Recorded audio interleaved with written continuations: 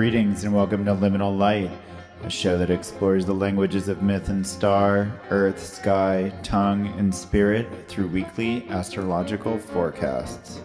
I'm your host, Chris. Enjoy.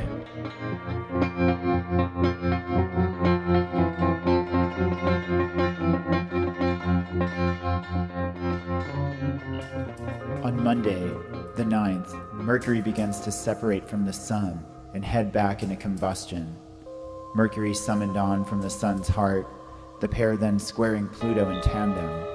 The raucous clang of the void, startling and sudden, like the brazen bulls hung around Delphi and Dodona, hissed and swooped at by black doves and winged women who hunch over skinned drums with double-ended mallets.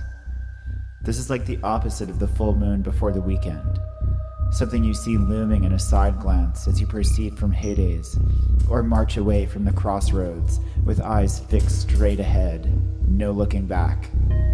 Pluto is near the fixed star Vega, in the constellation Lyra, and now is simply the stringed instrument strummed by Orpheus, but until a few centuries ago was seen as the Stymphalian vulture carrying a harp in its beak.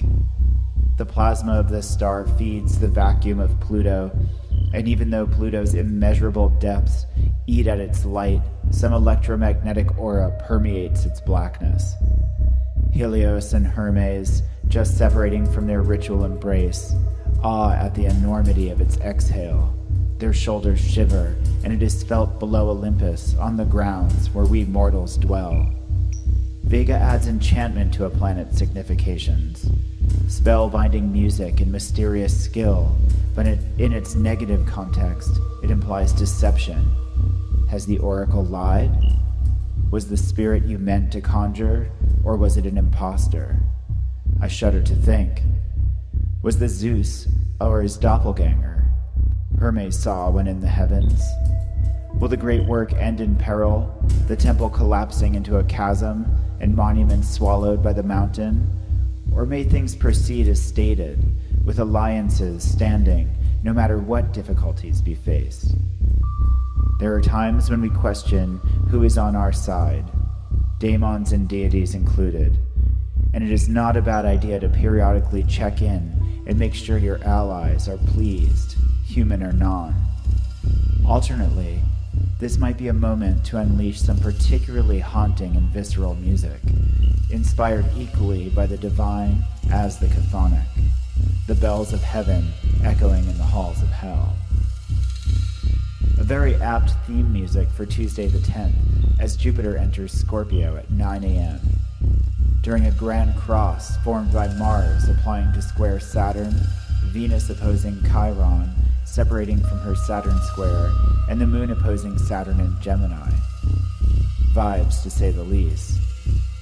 For those who love to look forward to Samhain, there will be plenty of threads to follow.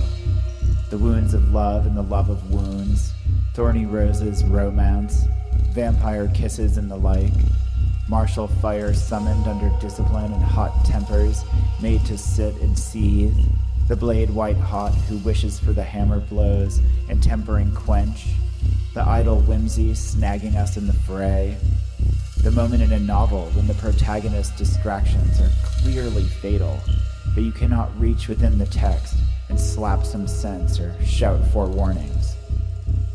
Grand crosses are usually brief, and this one involving the moon will be almost momentary, but it may be that an alarm goes off in your head, and even though it sounds for only 60 seconds at full volume, you remember that afternoon is when things change. And change they will, as Jupiter will be in a new sign for the first time since September 9th of 2016. In Libra, Jupiter expanded coherence of justice, inflating what is silently fair and stoically diplomatic, rolling out wider sheets so the greater alliances can be added to the map. The binding chains that connect body to body grow too large for many to even lift or move. The world began to be seen as a vast balances and imbalances that must be put in balance with balances, and vice versa. Everything has its opposite, and everything in the world must be. Thus it cannot be banished, but just placed on the proper side of the scale. As we are aware, this is all for better or for worse, depending on your opinion, and individual views certainly tampered with Jupiter's agenda throughout his Libra phase, as he opposed disruptive and volatile Uranus 3 times. We can trace Jupiter's attempts, but also see where they failed, faltered, or were thwarted into bizarre mutations, and quite obviously at that. Entering Scorpio and free of Uranus, Jupiter now salivates for knowledge and philosophy, learning and pleasure pursued with the ravenous hunger of the predator. Though its sights are set on prey wisdom, this is still Jupiter, and is akin to this cloistered monk we know and love, but the one of the clerical underground, the ecclesiastic figures who by night copied out grimoire compilations by hand and conjured the demons their intriguing seals poetically promised. Hedonist friars, such as those Francois Rabelais portrays at the Abbaye de Theleme in Gargantua and Pantagruel. Indeed, by the second decan, Jupiter searches for conspirators and collaborators on the path, others to overturn stones and indulge in salamanders they find beneath.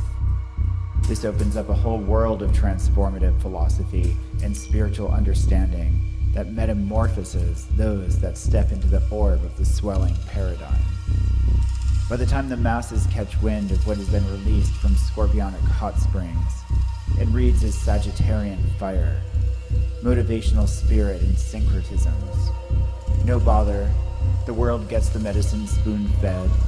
Goals and targets just develop before their eyes and they run at them on borrowed legs.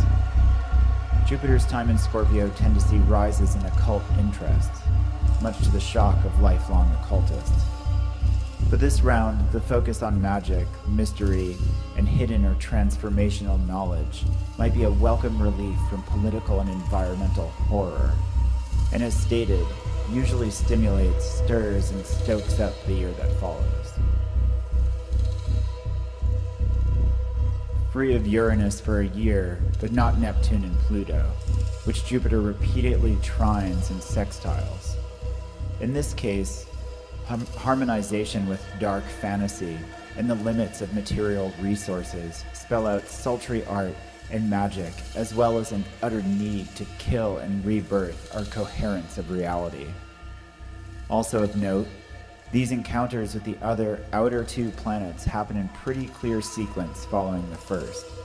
What Uranus disturbed and broke created cracks that Neptune is free to slip through, Jupiter already willing to work in friendly proximity to Pluto. Old paradigms and spiritualities dying as new ones are born. Let us hope, as always, that the emphasis is not on the new, but on the real, the timeless rather than the temporal. Wednesday, October 11th, Mars in Virgo squares Saturn in Sagittarius at 9 a.m. The last time the two squared was January 19th, so this aspect has been applying steadily over the past week and will be slow to release on the other side. All of Virgo is highlighted processes, sequences, procedures, and tasks of various kinds. But as this aspect perfects, the deadlines are drawn with blades rather than pens, and calendars are cut rather than marked. Add together action and energy with restriction and responsibility, and you get industriousness and discipline, whether it is forced labor or self-motivated surmounting of obstacles. This is not the squirrel flitting about, filling his larder with seeds, corns, and nuts, but the squirrel under flurry skies, replenishing a robbed and depleted nest. Don't expect your own nest to be pilfered, but expect to share in the metaphorical squirrel's anxiety and intensity of action. Every nail here must be struck at the click of the clock, no matter how weary your arms grow. As with malefics, best to make no attempt to squirm away from the pummel, but direct its torment at which deserves the industrial stitching and stamping, as an escape attempt might bring the hammer down upon our own heads. Instead, Throw your to-do list or mandatory obligations into the gears and work them to completion. For some, this might mean reluctantly pulling yang out of desired receptacles and inserting it into obligatory ones. But this is temporary, and since Saturn is the warden, neglect to do so only equals an extended sentence rather than an early parole. Mercury enters Libra's third phase at this time, so you might be able to accept the verdict by being able to see situations from many perspectives rather than personal ones, and even opportunities to hand off work to others who are better poised to tackle the task might become likely, bringing much needed relief and buying time, especially for those who can don the cap of diplomacy and swing social organization. The Sun follows Mercury into Libra's final stretch overnight and into the day of the 13th. And Golden Soul is the pivot nugget that equalizes either scale, often obscured by the largeness, urgency, and variety of what hangs in the balance. Here, identities are secondary things compared to the equilibrium of the universe and the many demands that tie its inhabitants together. The thorough seeing glimpse karma constructs here, but most see their mundane counterparts. The interweaving stories that fascinate long-form novel readers. The thickly woven plots of Gaddis, Pynchon, and Barth, where one situation is inextricably tangled in another. Lynch and Frost take this to another level, literally involving action on multiple spheres of manifestation, as occurs also in the alleys and outbacks of the Max. Mesmerizing to watch, the play-out we are all often blind to the knot loops we stroll through, ourselves in the attempts to satisfy every customer, even our machinations and ambulations to satiate ourselves. This is a theme picked up in the following air sign of late Aquarius, but relevant here, as the pacts we make and the balancing of the fields is the prequel that explains how the scene got set up. Magicians take note. It's most effective to cause change before the event is set in motion, and it requires a suspension of belief and detachment from identity to do so, all of which are built naturally into Libra 3. Venus strolls into her sign the following morning at 6:30 a.m. on the 14th, stratifying Libra with her virtue and lubricating the scales, smoothing roughness and moistening motion. Mercury and the Sun benefit from her patronage here. The director of the brand is in the atelier, and all of the luncheons, business meetings, and client fittings will be attended to. More than mental fitness and ease of abstraction, the spirit of beauty and appreciation of culture and collective communication, the bustle of museums or outside in the parks, the buzz around a concert, or sense of camaraderie at a popular fair. Then the Sun is not stuck managing duties he is not suited for, and Mercury is relieved to step back down into the sector of communications and measurements. What had been lacking in Libra season is restored on the 14th. Interestingly, the Moon steps across the North Node as Venus ingresses, maybe reminding us of sub-narratives that ultimately shape the plot more than has been on the surface. The Moon is then over Regulus's orb while Mercury opposes Uranus on the 15th, getting a jolt of wild innovation that might be broadcast on the lunar network in Virgo.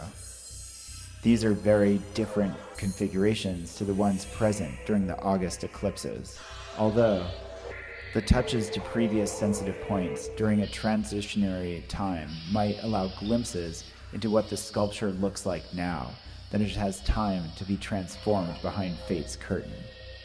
Had it been a bust, a face can only change so much before the identity is altered with it. Was it a business? When a bard is more entertaining than selling drinks, they become a concert hall or a theater. Was it a routine? After so many repetitions, you are what you practice, whether that is a musician or a weightlifter. Was it a family or a group of friends? Depends on how many people are married or tied by blood. Both things can change and one become the other from only a few critical circumstances. This is maybe an aside, but something to keep our eyes on, as a dramatic eclipse such as the one we had usually results in pivotal changes.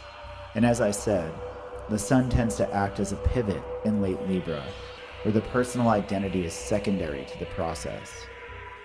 This grows more acute in Scorpio to come, as the identity is a cartoon to be thrown into acid barrels. We'll save that theme for a future forecast. Mars also opposes Chiron here, something also to think about. By array of angle, we've had planets trailing through opposition to Uranus and aspect to Chiron in succession for a few weeks. This highlights what is innovative and volatile and what the solution might degrade or destroy, and how or if we might heal or fix it afterward. Mars can do little to heal except to amputate or cauterize, both characterized by foxhole surgeries. Here Mars is hot metal applied to contaminated water, and what we might see is an attempt to sterilize by boiling.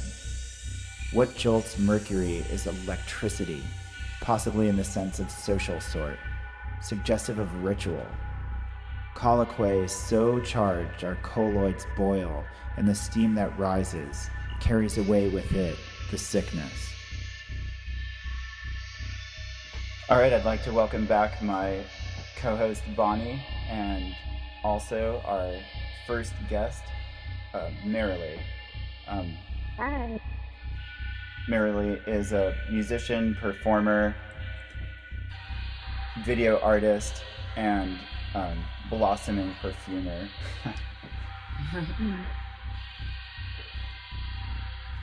Hi, Bonnie. Hello. Welcome, Maralie. It's very exciting to have you as our first guest. Thank you. It's an honor. So we can go right into the astrology, beginning with Sunday, which is the day that this will be aired. We have Mercury superior conjunction to the Sun at 15 Libra. Yeah, those are always great. That's going to be Mercury on the far side of the Sun, looking up into space, and it being positioned in early Libra or mid Libra. It happens right as the Sun goes into the Via Combusta, which is the fiery way. It's where both the Sun and the Moon from 15 Libra to 15 Scorpio they have a hard time. The Sun is in detriment there, and so it's the Sun can't be itself. The Sun wants to radiate its authentic individual expression, but it's too caught up in thinking about other people, and so it can't be the solar entity it wants to be. But that presents an interesting situation in that area. In the Via Combusta, you have these tales and myths and star lore, etc., that tie into it about kind of illicit talk and cursing, hexing and cursing, and the evil eye, and things you can say about people that could destroy them, and kind of like the whispers of like the hag, or like witches that are, you're like, oh my god, did they just curse me? And and things that can things start going bad for you, and you start thinking like, it all started in that one person that told me off or whatever, or someone told me that horrible rumor. It's all kind of related to this spot, and that's the spot that Mercury looks up to into the stars. Back in late June, we had the last superior conjunction, and Mercury looked up into the stars in Cancer, and there you have more like this kind of celestial mother, and I wrote in the forecast like streams of celestial milk, and the nourishment of like kind of the cosmic mother that begot the universe. But in this section, you kind of have you have the crow, Corvus, the constellation there, and that's where you get kind of like the Morrigu, and in Irish myth that starts the epic The Time by starting all these kind of instigatory kind of fights between people that end up turning into this epic war, And then I mentioned last week that it's coming from a crow, the crow is still a mother and it still wants to provide for itself and its young, but it does so by creating these epic battles that create slain warriors. And that's kind of a part of culture that we're not as connected with now. But you see the same sequence in Hera and then Heracles, which later in Roman times became Hercules, and all the trials he went through that were instigated by Hera. And so, he's related to Hera by namesake, and he's who goes through all of Hera's activity, and Cuchulainn in the Irish myths and all the stuff that happens in the Twine happens because of the challenges created by the Morrigu. And it's kind of this role of like the cosmic creator creating all the bullshit and all the all the stuff that's going to be chaotic and strife ridden and friction related, so that all of the activity of the world can take place. It's you see it in Vedic stuff with Kali and Tara and Durga as well a little bit, but especially in the Western traditions, you don't have activity without friction. Otherwise, you just have stasis. And so even though in the tales it comes out kind of dark seeming, like war and arguments and fights, it's really just describing what makes us strive to do anything and fight to do anything and fight against any opposition in life, and just kind of saying that it starts with a word or even kind of like a voice in your head, that it's like very adversarial. Austin Coppock said about that day that it may reveal, or that conjunction, that it may reveal the hidden obstacles which prevent a chord, which obviously would be good for dismantling those obstacles. Yeah, totally. Positive spin on it. Yeah. I mean, it's not negative what you're saying. I just thought that was cool. Yeah, it's kind of saying the same thing two different ways, that you find out these kind of, it's almost like you don't just see the obstacles that are coming up that are in a mundane way, but you see how they're like fit into the greater picture, how they fit into like your fate and your dharma and your destiny, and you're like, oh yeah, this is my fight, or this is my challenge, or whatever. But it's Libra, so it's very it always has connotations of social dynamics and relationships, so that's why it's kind of, it can become very vocal. You can like state your challenge, or you'll hear your challenge, or what people say is going to make a lot of difference, even though it's connecting up to a higher order. When Mercury does a superior conjunction with the sun, it's like he goes up to Olympus and speaks with the gods, so that he can come back down and speak with us. Maralie, do you have anything important planned this week, or anything important to do that you're wondering about? Yeah, what are you doing Sunday the 8th? Or just any day until the 14th. Yeah. Ooh, I don't know what I'm doing on Sunday, but so Libra is my moon sign and Aries is my sun sign, so I'm kind of excited about this week. Like, we just had the full moon in Aries, and I don't know, it's almost as exciting as when your birthday rolls around and you're like, oh, all these planets sort of like, everything's making sense and falling into place, and you understand another aspect of your personality. Yeah. So, yeah, I'm excited about that. And I was looking at my chart this morning, and I saw that Venus and Mars are both in my 4th house, like transiting through, and so it has a lot to do with home. Yeah, totally. Like, because you just went through a move. Yeah, I went through a move, and it's been the longest move I've ever had to deal with. I actually moved out of the same place twice, at the beginning of the month and the end of the month, and I'm finally pretty much done with that. So yeah, that makes sense. This week is a lot about rearranging everything that I have and deciding what needs to stay and what needs to go. Yeah, totally. That totally makes sense with this Virgo season we just went through. Is definitely all about that reorganization and getting rid of stuff, figuring out what can be eliminated. I definitely see that as well in the moon coming up and conjuncting Aries. we'll see getting rid of stuff that got really broken, and that conjuncting Uranus and Aries, seeing what we can get rid of that gets broken with the Jupiter in Libra, Uranus and Aries opposition, and that that's like gonna crack certain things in our lives, and we can just let them go because we're like, well, those are broken. Right. But yeah, totally having stuff transit your fourth house during like right after or during a Virgo season would sound like either a move or some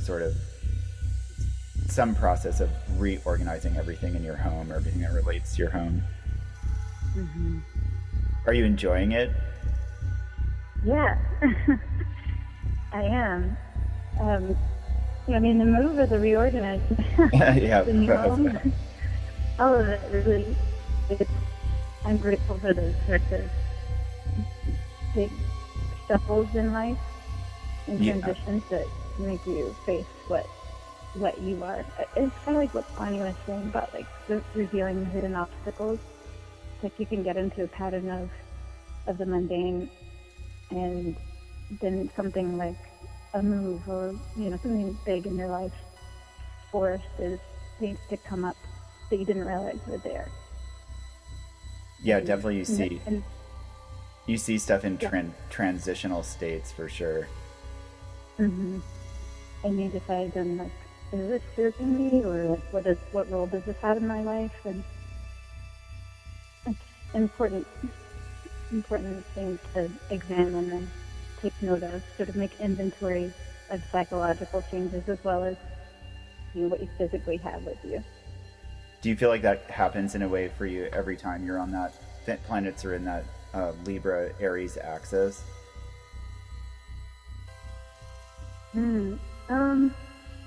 It might. I haven't made note of that per se, but yeah, I always thought it had to do with the fall. Yeah. And then when I learned more about my natal chart, it seems like it also has a lot to do with that, like where those planets affect my houses personally.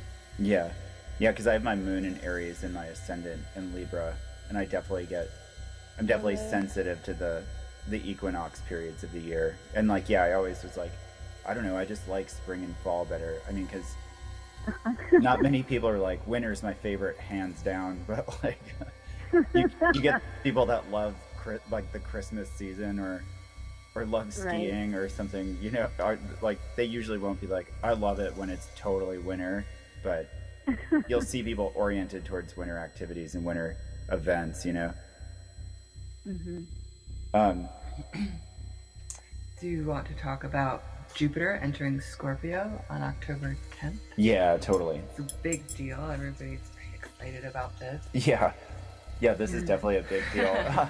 Yeah, I think forget what date, but Jupiter has been in Libra since September of 2016, and so this is a big shift. It's year to year, every 13 months, basically, Jupiter switches signs, and you can track this in your life.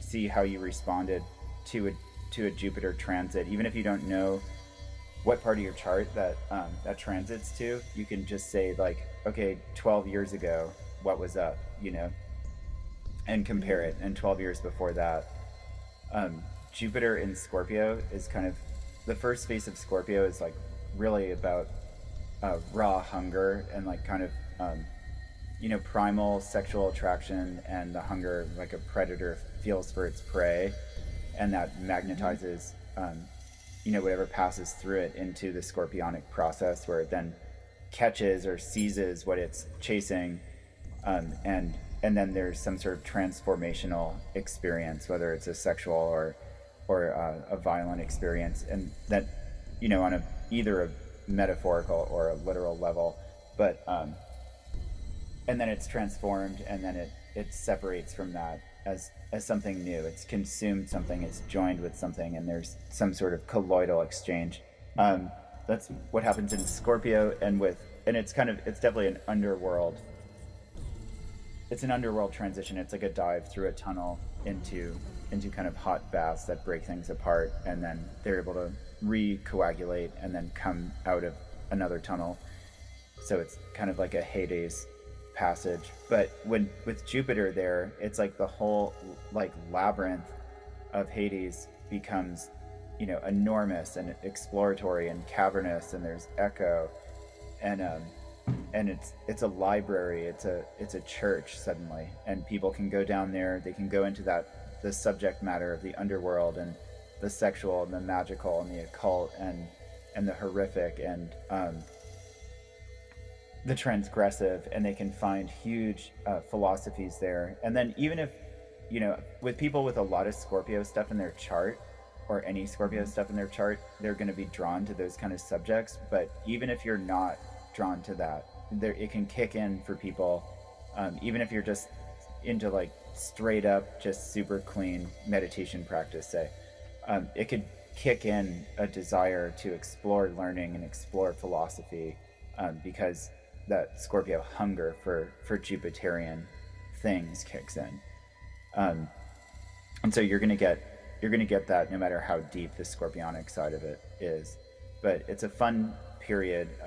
It definitely takes everyone away from thinking about society and politics so much, and makes people start thinking about magic and like the depths of art. You always see a rise in interest in the occult during these periods, which I talk about in the forecast. You know, after a year of, you know, the people who are going to do magic and be interested in magic are always the same people, you know, and then you get people who kind of get marginally interested in it, and that increases, or people's practice increases. And after a year of that, you'll see it leak into the populace and into the mass media and mass aesthetic.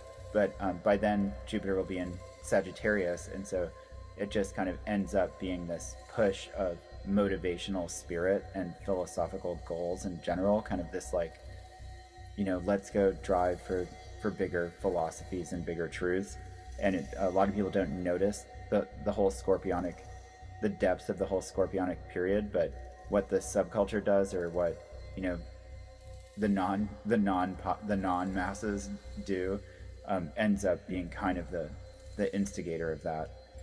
So it's a cool period, and it's definitely good for a relief from, you know, everything has been so like looking at society the past, and looking at politics and looking at the media for obvious reasons the past year. But I think people are sick of it, and people are sick of it who don't even realize they're sick of it. And once there's an impetus to turn towards subjects that have nothing to do with that are more internal and eternal,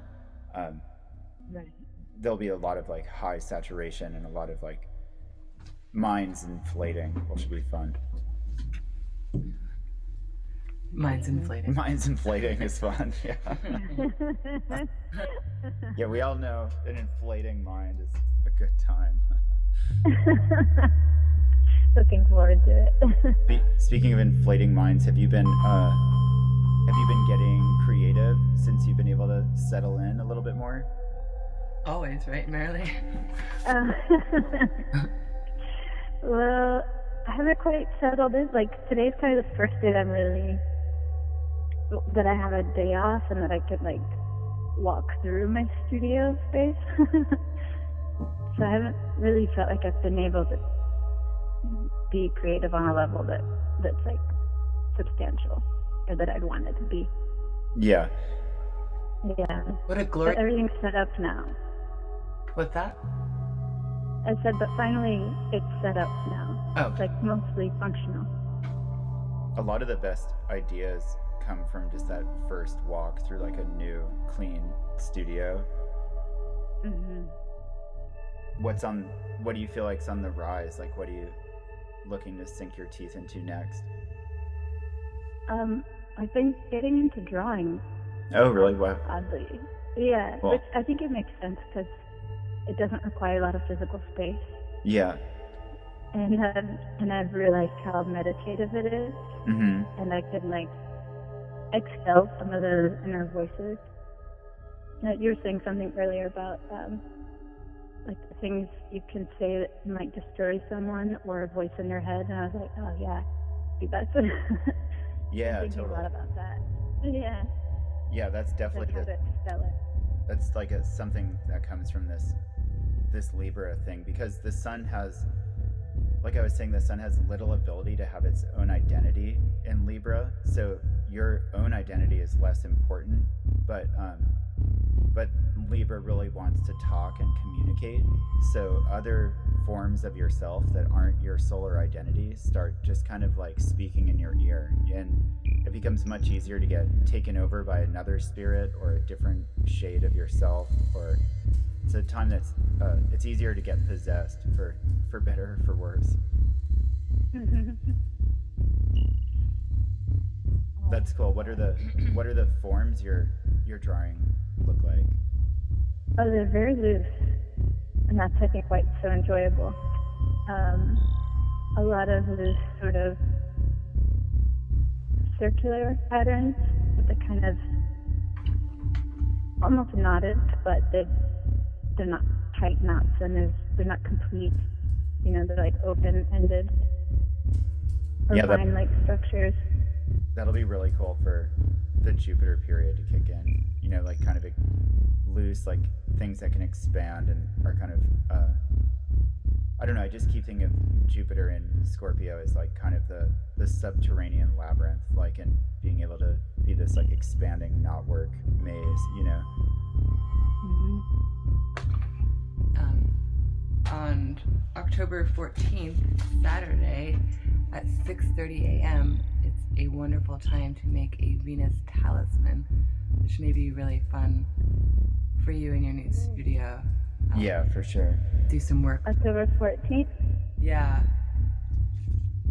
Yeah, that's when Venus enters Libra, and then that's gonna really affect what Mercury and the Sun are doing in Libra, because they're, you know, the Sun is pretty lost. Mercury's okay there, but Mercury's really close to the Sun and combusts, so it has, other than this conjunction where it's the Sun and Mercury are totally in line with what their aims are.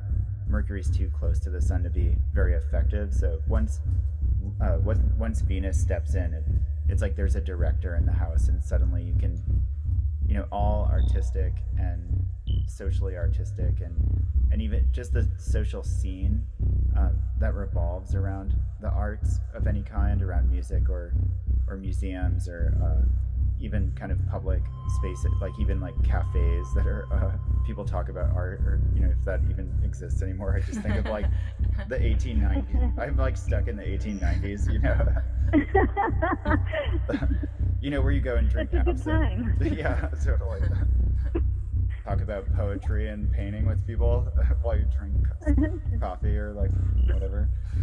But you know, that the art itself and the sociality around the art is going to enjoy a nice period while the Sun is still in Libra, and Venus is in Libra, which will be there for quite a few weeks. So,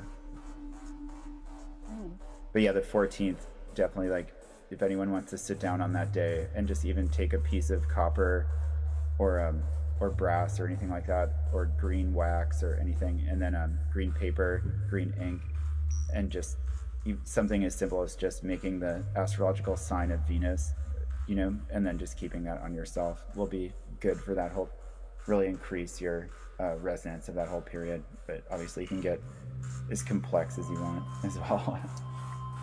Oh yeah. I'm making notes, by the way. Oh, cool. Right on.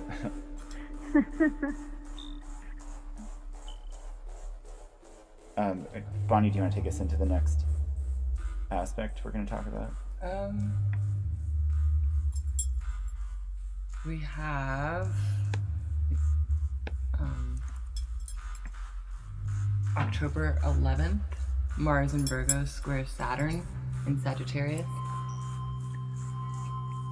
Yeah, that's kind of rough, you know.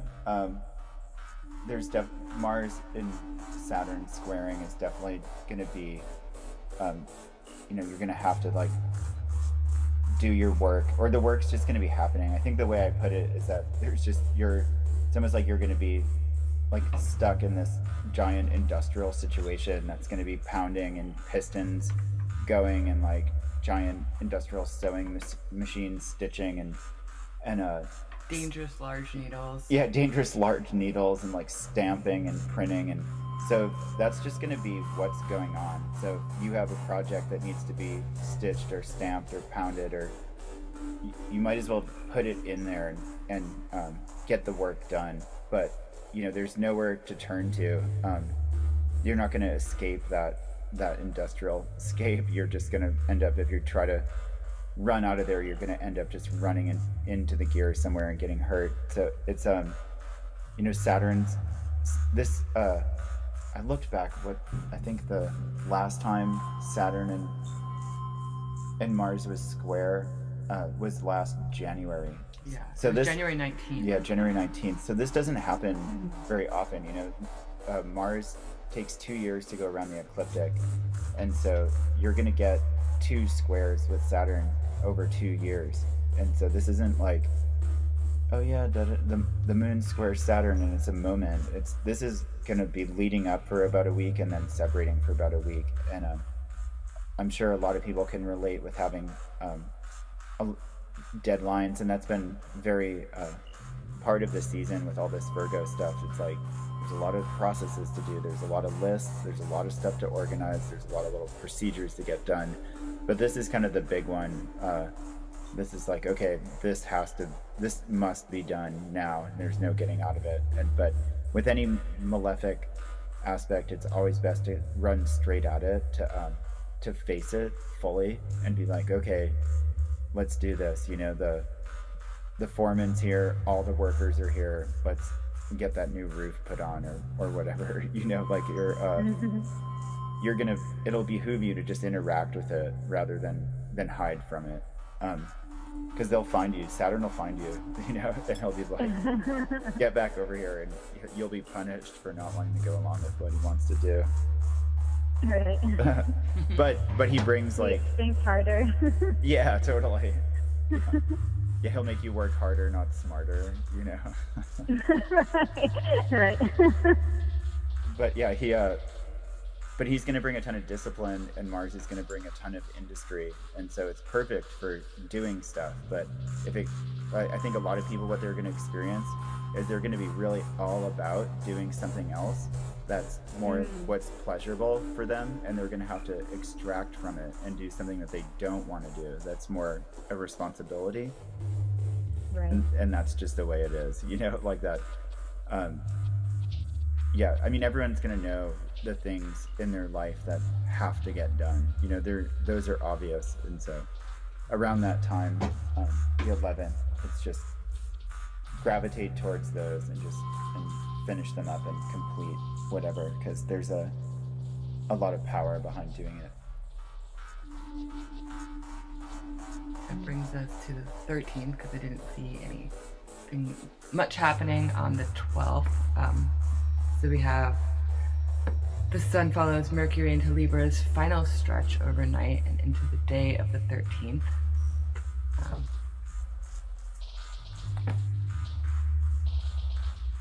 Oh yeah, What is that one again? What are we talking about?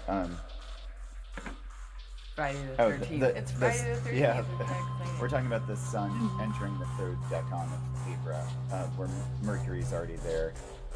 And so, yeah, that's the Sun going into the third decan of Libra. Is like in the first decan of Libra, you know, we look at everything, and there's this kind of sense of justice and fairness, and you kind of look at the world.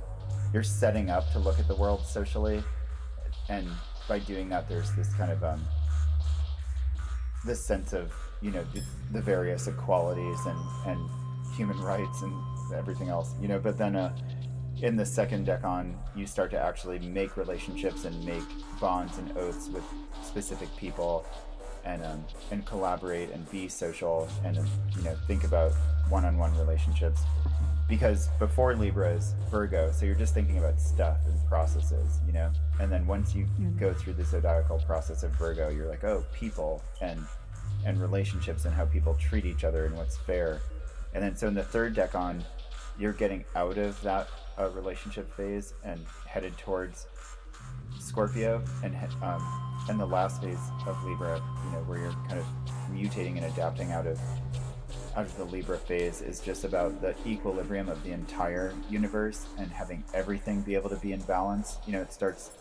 It starts with sociality, but extends beyond sociality, to where you're like, we need everyone to be in balance, and we even must accept that the universe includes things that are out of balance. So you're trying to balance out of balance things with balanced things, and vice versa. It's kind of an acceptance of out of balance, but that still needs to be equilibrized, by something else. Like, any of us can think of a list of various horrific substances and behaviors and items and ideas, in the world, and they're just there. They're expressions of the universe, but they can be balanced by something else.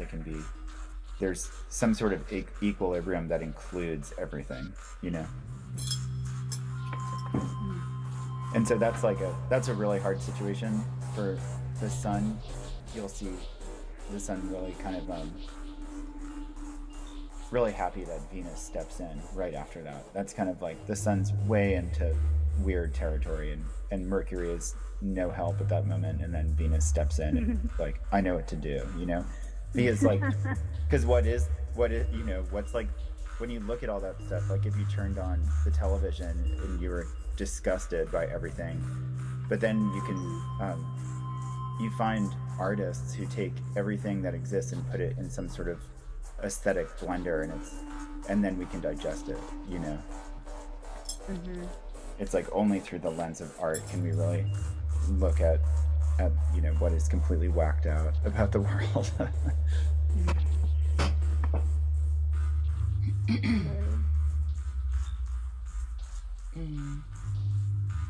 Yeah, even on that note, I've been thinking a lot about art movements that arise in times of war. Yeah, totally. That's a really good example, for sure. Yeah. Any specific art movement been catching your eye the most? See, there's one that I just learned about called High Red Center in Japan, and it's in the 60s.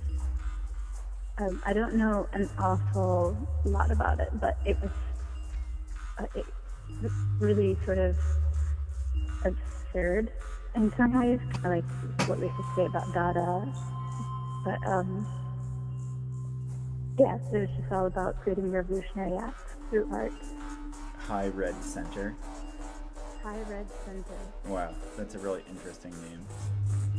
Yeah, the name actually comes from three of the founders, like translations of their surnames, I think. Oh wow. Yeah, I'll definitely look into that. That's a really good example of, and it's fitting, right? That if we're transitioning out of a phase where Jupiter has been in Libra, constantly opposing Uranus, and trying to be like, let's make all these alliances, let's fix everything in the world, let's balance everything, and we'll expand this kind of equilibrium. And Uranus is like just throwing volatile individualism at it. And then from there, it's also been squaring Pluto over and over, and Pluto's just like, nope, sorry, there's no hope. There's just it's impossible to build what you're trying to build, because Pluto's in Capricorn. It's architecture and material. It's just like there isn't the resources for that plan. Right. And so Jupiter moving into Scorpio then is like, now it gets to trine Neptune and sextile Pluto.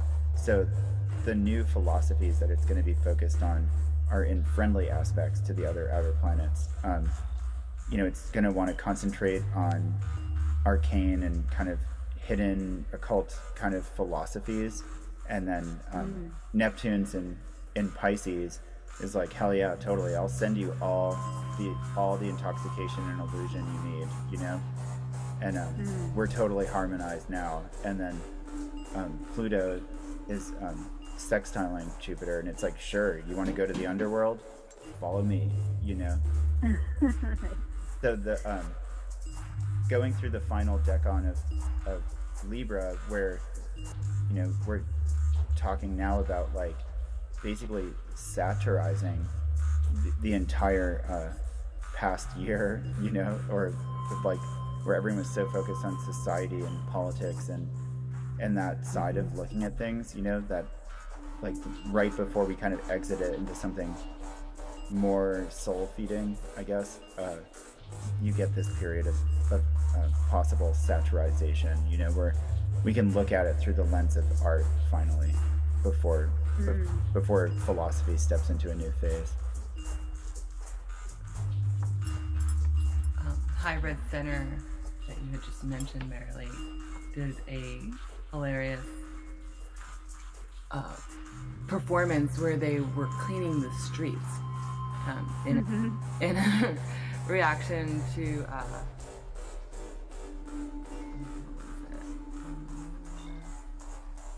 for the Olympics, right? Right. And the government was urging the country to present a clean image of the city, and so they were cleaning the streets, and it's just so beautiful. And talk about satire. And oftentimes they were mistaken as officials, which I think is really great too. Not necessarily going for the freak approach, which I love too. Right. I love, you know, everything could be done tastefully or in a way that's appealing, but over at the end. Yeah, it's interesting because the last thing we have on the list, which brings us pretty much almost all the way to next week, is Mars opposing Chiron. And I was writing about that, you know, that Chiron is in Pisces, and Chiron is wounds, lifelong wounds, and healing those wounds.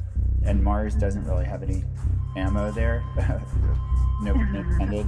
It's Mars wants to like sterilize or cauterize, but you do have, since Mars is in Virgo, which is an earth sign, it's almost like metal or mineral, hot metal or mineral being inserted into kind of contaminated water and boiling it to sterilize it.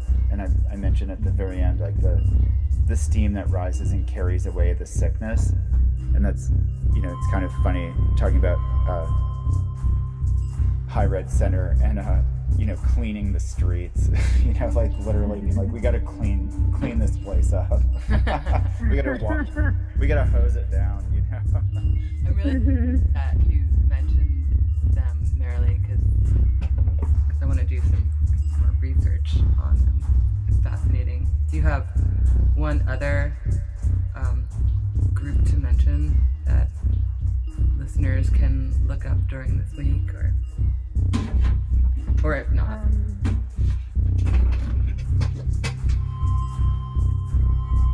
Let's see. Maybe rather I could talk about how I learned about them. Sure. From this artist Shigeko Kubota from Japan, and she moved to New York in the 60s to speak with Fluxus. And she's not often talked about because she's married to Namjoon Paik, and he's often talked about. But she's an early video artist, was one of the first people to have the Portapat camera, which was the first like consumer video camera, basically. And I read an interview with her, and she was talking about when she was living in Japan and what work she was making, but being influenced by High Red Center and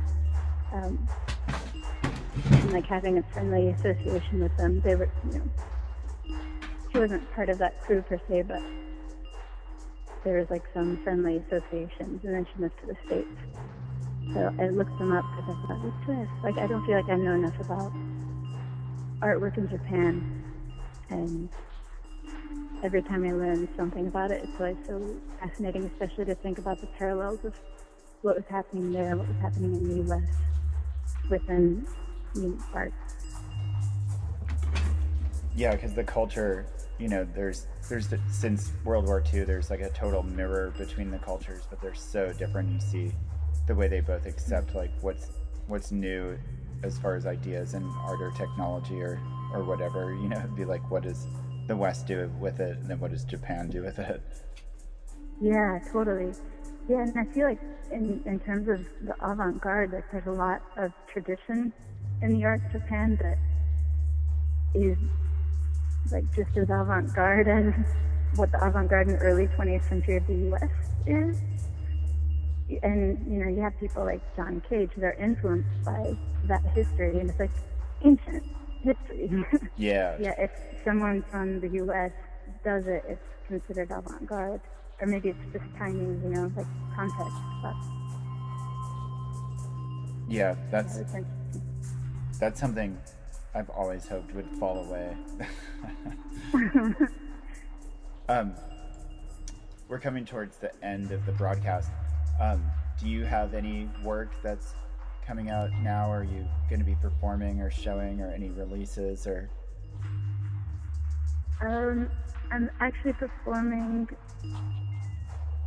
in New York for the first time as a resident this November on the 2nd. I'm pretty excited about that. And planning a screening soon after that for the latest videos that I've made. where are those going to be? I can't remember. Okay. Yeah. The screening we haven't settled a space yet. Yeah. Okay, well, I'll have to see about that. we can definitely direct listeners to your website, right? Which is Maralie.com. Sure, yeah. Anywhere else you want them to go to look for you? Good. Hit up my SoundCloud, which is I think soundcloud.com/ it's Cult Delete. Yeah. CVLTDELETE. What is that? Cult Delete. Cult Delete. Mm-hmm. Okay. DELETE.